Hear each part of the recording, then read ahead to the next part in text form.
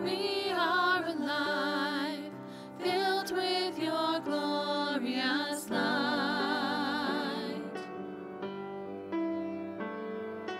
Out of the dark, into your marvelous light.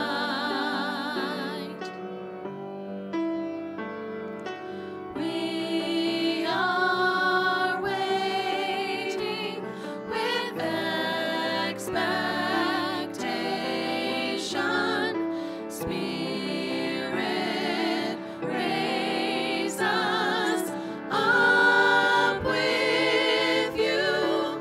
Let the church rise from the ashes. Let the church fall to her knees. Let us be light in the darkness. Let the church rise.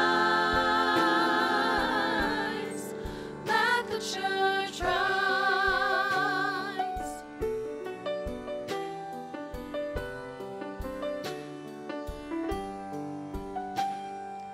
Moving with power, bringing your name to the earth. Singing your praises, lifting up glorious songs.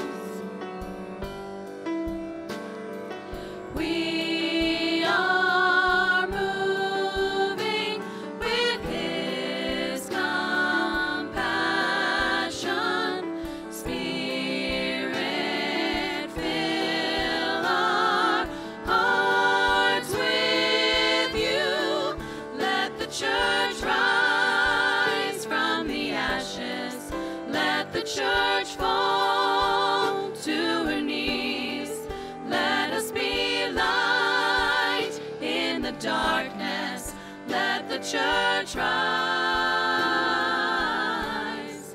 Let the church rise.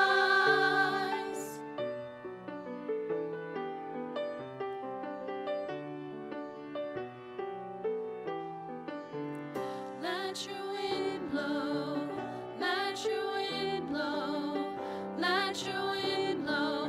Revive us again, Lord. Let your wind blow. Let your wind blow.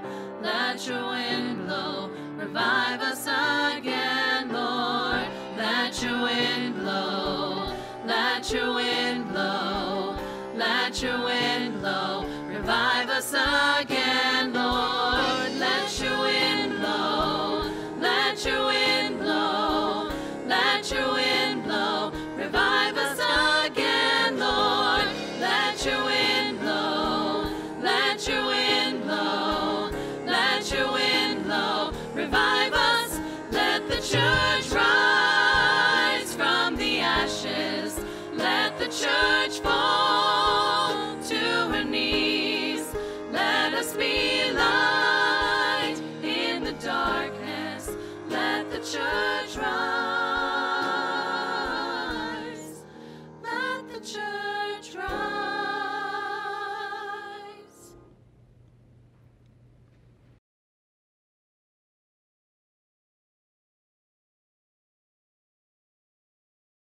Hey everyone, I'm Jen Mayer, and I'm here with our Small Group Extra or Midweek Moment.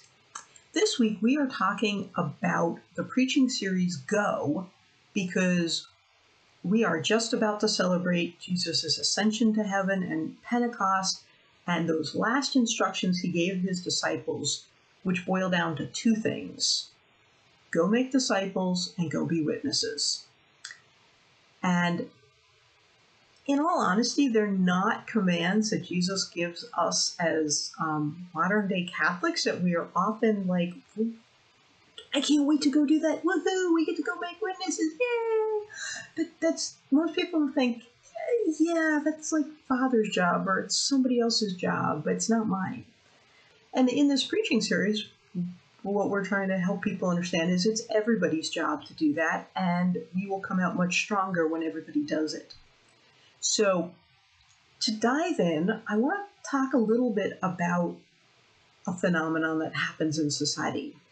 More and more people, when surveyed each year, instead of saying they are in the religion that they were brought up in, will say they are now not affiliated with any religion. They are nothing. They're not a Christian, they're not a Jew, they're not a Episcopal, they're not a Catholic. And when you add the pandemic to that, and you know that that's sort of accelerating trends that were already happening, a really, really large portion of people that would have identified as Christians 30, 40, 50 years ago just aren't anymore.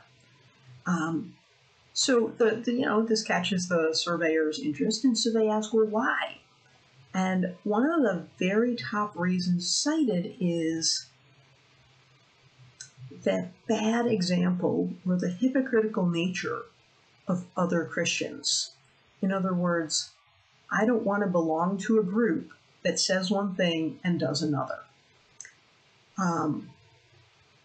Like, why should I listen to them? Why should I belong to them? It makes no sense.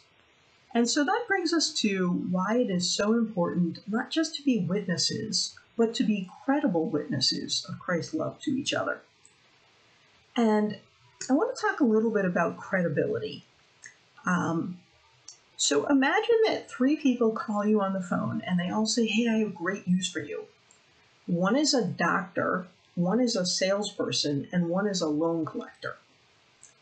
Without knowing anything else, would you presume that any of them, in fact, were telling the truth and had good news for you? And my guess is you might believe it about the doctor, particularly if you'd had a long relationship with them. It's possible you might believe it about the salesperson, although you're likely to be a little skeptical.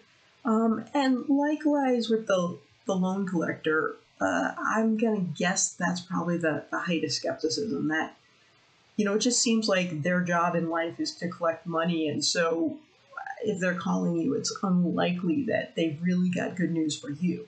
Might be good news for them, but doesn't feel like it's really going to be legitimate good news for you. So my point is that we all make split-second decisions about whether or not we think people are credible before they start talking to us, and it filters the way that we then listen to them. And so if we want to be able to at any point have a conversation where we ask people about their faith beliefs and listen to what they have to say, if they don't believe that we have their best interest at heart, they're never going to trust us. And so that conversation's never going to go anywhere. They're going to go, goodbye. So that's why it's so very important that we are credible in our way of Christian life, because when they meet somebody or they realize that you are the person in their life that is optimistic, although grounded in reality, that you are joyful in troubling times, and that you seem to have a sense of being grounded in something bigger than yourself, they might actually think, wow, I want each of those things in my life. And every time that we fail to live that way, we take some of our credibility away. So the question I want to leave you with is, how do outsiders perceive the biggest disconnect between what Christians say and how they actually live their lives? And then what can we in our families and our small groups, what steps can we take to overcome those disconnects?